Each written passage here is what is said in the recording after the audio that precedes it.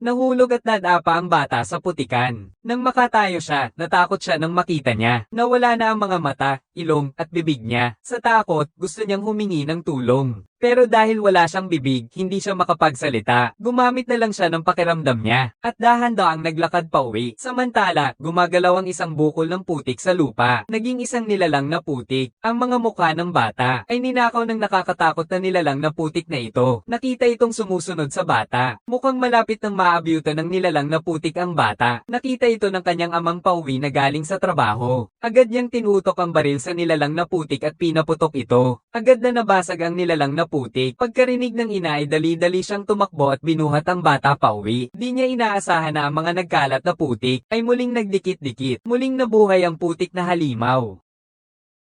Nakita na lamang nila itong galit na tumatakbo papunta sa bahay ng bata. Agad na kinuha ng ina ang isang bagay sa tabi at pinutol ito sa gitna. Lubos na ikinagalit ito ng putik na halimaw. Sumunod na segundo'y inilabas nito ang 27 metrong mahabang braso na putik at diretsyong pumasok sa pinto. At agad na inagaw ang bata sa ama at pagkatapos ay nilunok ang bata. Lahat ay natigilan sa takot. Ngunit ang kakaiba ay, ang katawan ng nilalang na putik ay naging payat at patag. Sabay pa nitong yabang ang sariling hinlalaki. Pagkatapos ay mabilis na tumakbo patungo sa direksyon ng balon. At tuluyan ng tumalon sa malalim na balon at nawala na parang bula. Wenky Movie.